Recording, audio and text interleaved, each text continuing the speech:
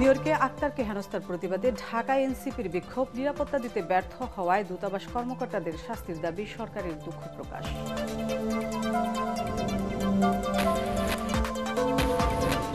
ফেব্রুয়ারিতে নির্বাচনে ব্যাপক প্রস্তুতি নিচ্ছে সরকার। নিউইয়র্কে মার্কিন দূতের সঙ্গে বৈঠকে ডক্টর মোহাম্মদ ইউনূস যোগ দিয়েছেন জাতিসংঘ অধিবেশনে।